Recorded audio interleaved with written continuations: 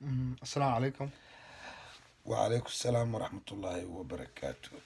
Marka hore waan ku salaamayaa saaxiib soo dhowow xaaladaada. ما شاء الله آذان ودوهي آذان وفي عنهي الحمد لله نعمة ربي. Aad iyo aad aan ku salaamay horta dhammaan ummadda Soomaaliyeedna waan salaameynaa. Halkan waxaan ka rabay inaan su-aalo yar kaa weydiiyo haddii Ilaahay ii yidhaahdo. Bal waxaan ku weydiin lahaa Soomaaliya sideebaad u malayn lahayd in xalku ay ku gaari lahayd ama wada midnimo aan ku heli lahayn baad u malayn. ما شاء الله ولا القالي إن هذا محسنتهاي رما صومالي سؤال كيف عنا السويدين مجرته نهرت سؤال صومالي الله مبرينا إنه إلهي هرت عن دجية إنه إلهي ودن كان ودن مذو إنه إلهي كديجة هدي واحد كلامه تقوى لقيت يقف دتك تقوى كتجانا هذا ماشي واسكن قرن كرتا إن شاء الله وآمن سنة هاي صومالي إن مدعوينا cadaalad waa ina hesho because aniga waago dadka waxaa eed saara madaxweynaha waxaa eed saara ra-iisul wasaaraha inta masaaraya waxaa aniga eed saara shacabka eed saara because madaxweynaha iyo ra-iisul wasaaraha iyo booliiska haddii shacabkooda la shaqeeyaan waa qaban karaan wax markan waxaa aaminsanahay in shacabka u baahan yihiin garab dowlad ina siiyaan Aad iyo aad aniga lafteeda fikraddaas waan kula qabaa.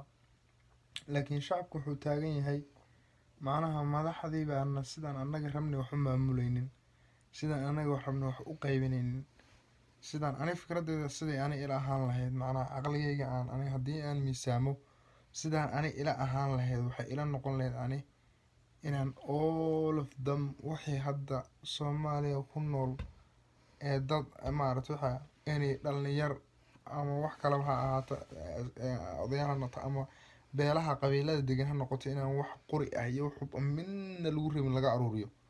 Feeri dowladdu kaliya inay lahaato calaa qofna dowladda lafteeda inay askarigaba inay askari kale lasii daba dhigo si askarigan una khayaano u gelin. Ani saas ila qumaan lahayd.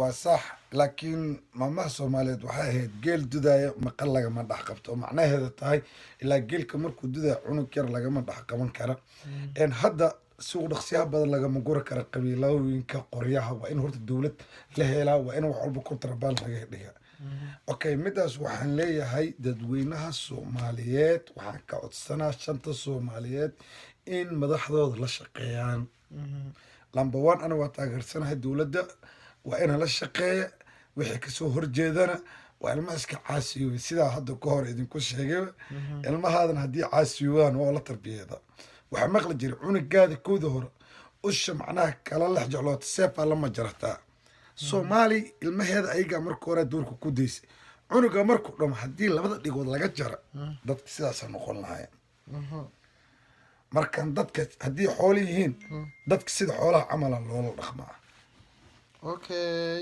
ninkaas waa saaxiibkay oo aan ka wada hadlaynay arrimaha haddii Ilaahay yidhaahdo Soomaaliya. Aad iyo aad baan idin salaamnay dhammaantiin, waad mahadsantihiin ikhyaartayda, idinkuna fikraddiina waad kasoo dhiiban kartaan. Wassalaamu calaykum waraxmatullahi الله wabarakaatu. وبركاته إن شاء الله إلهي وحنا برينا صومالي إنه إلهي نبات كدقة Aamiin. إلهي صومالي لبدا دنا برعد الله سمري Aamiin. صومالي إنه حرقها هاي وحكى معها وحكتك تقوى One love kaasayna wada jecelahay insha Allah. أنا واكا مدام أنا شخص كهذا أنا وحرمي هذا أنا because I love you Somali. Ay.